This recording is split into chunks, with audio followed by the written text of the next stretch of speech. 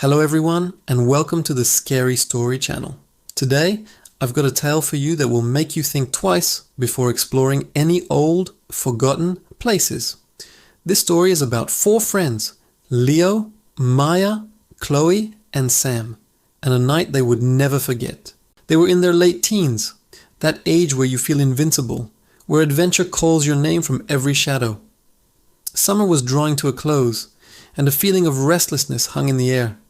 They had heard whispers, local legends about the old Blackwood Manor on the outskirts of town. It had been empty for decades, ever since the Blackwood family vanished without a trace one night. People said the house was cursed, that strange lights were seen in the windows, and that whispers could be heard carried on the wind. For the four friends, this was an irresistible challenge. One Friday night, armed with flashlights and a healthy dose of bravado, they decided to break in.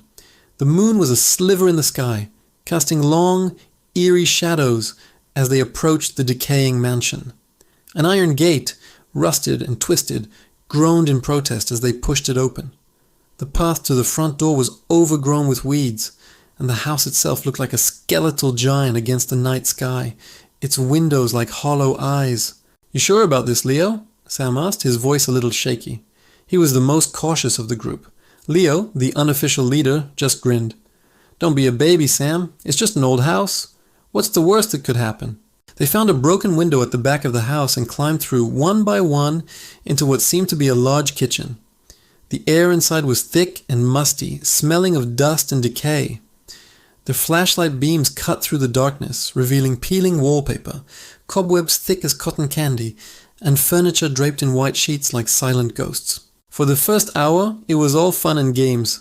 They explored the ground floor, laughing at the spooky portraits whose eyes seemed to follow them, and daring each other to go into the darkest corners. They found a grand ballroom, the floor covered in a thick layer of dust. Maya, a dancer, did a little twirl in the center of the room, her laughter echoing in the vast, empty space. But the echo sounded off. It seemed to come back a little too loud, a little too late. A sudden chill ran down her spine, and she stopped, wrapping her arms around herself. "Did you guys hear that?" she whispered. "Hear what? Your own echo?" Leo teased, but his smile didn't quite reach his eyes.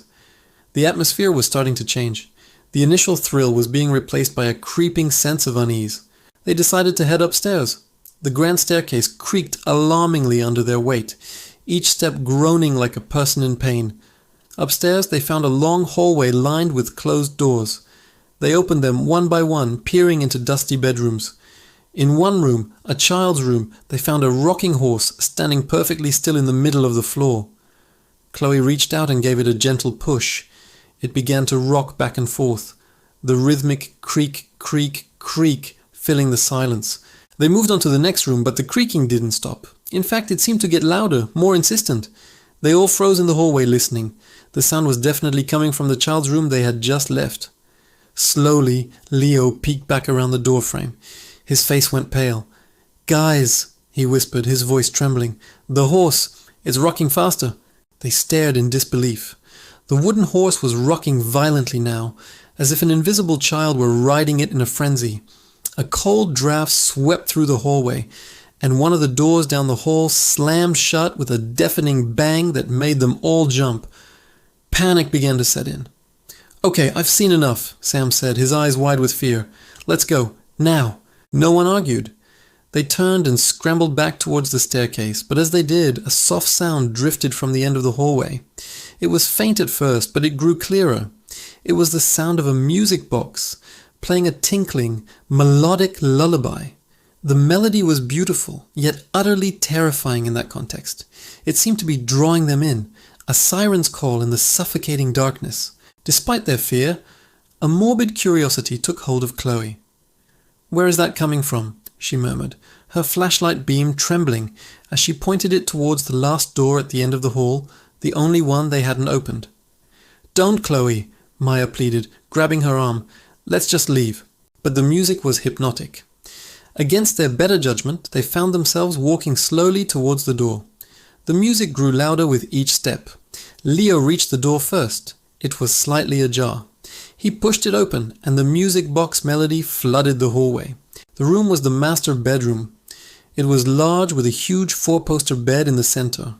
On a small table beside the bed sat a small, ornate music box. Its lid was open, and the tiny ballerina inside was spinning, creating the haunting tune. But that wasn't what made their blood run cold.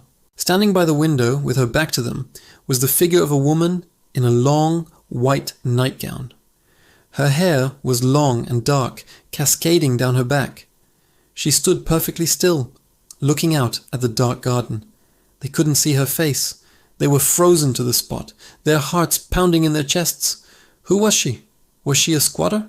A ghost? The silence was broken by a floorboard creaking under Sam's foot. The sound was tiny, but in the dead quiet of the house, it was like a gunshot. The woman's head snapped around. Her face?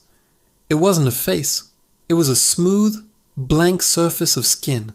No eyes, no nose, no mouth. Just a featureless oval of flesh. A silent scream caught in Maya's throat. The faceless woman glided towards them, not walking, but floating just above the dusty floor. Her movements were unnaturally smooth. They didn't need any more encouragement. They turned and ran, pure terror fueling their legs. They practically fell down the grand staircase, tripping and stumbling over each other in their desperation to escape. Behind them, the music box suddenly stopped. It was replaced by a new sound, a sound that would haunt their nightmares for the rest of their lives. It was a high-pitched, guttural shriek, a sound of pure rage and sorrow that echoed from the top of the stairs. It wasn't human. They burst out of the broken window, not caring about the cuts they got from the shattered glass. They ran through the overgrown garden, not looking back, the horrible shriek chasing them through the night. They didn't stop running until the rusted gates of Blackwood Manor were far behind them, and the sounds of the town were a comforting hum in the distance. They never spoke about what happened that night, not to each other, not to anyone. There were no words to describe the faceless thing they had seen, but sometimes, when the wind howls just right, or when they find themselves in a silent, dark room, they can still hear the faint tinkling melody of a music box, and they remember the house that was not empty, the house that waits on the edge of town, holding its secrets in the dark. And the question remains, what happened to the Blackwood family? Did they vanish, or did they simply change? Some say if you listen closely on a quiet night, you can still hear a woman weeping from the top floor of the manor, weeping for a face she no longer has. Thanks for tuning in to Scary Story. If you enjoyed this tale, don't forget to like, share, and subscribe for more chilling content.